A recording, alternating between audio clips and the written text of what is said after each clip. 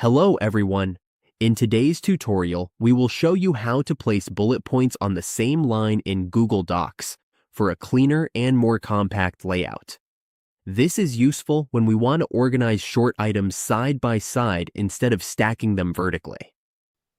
On the Google Docs dashboard, we start by clicking on Insert, then going to the Table option. We need to insert a 2x1 table. Once the table is in place, we just need to click inside the cells. For example, we can type our text here, and this is where we add our subject. We can also make it bold if needed. Now, all we need to do is highlight the text in both cells and click the bullet list button.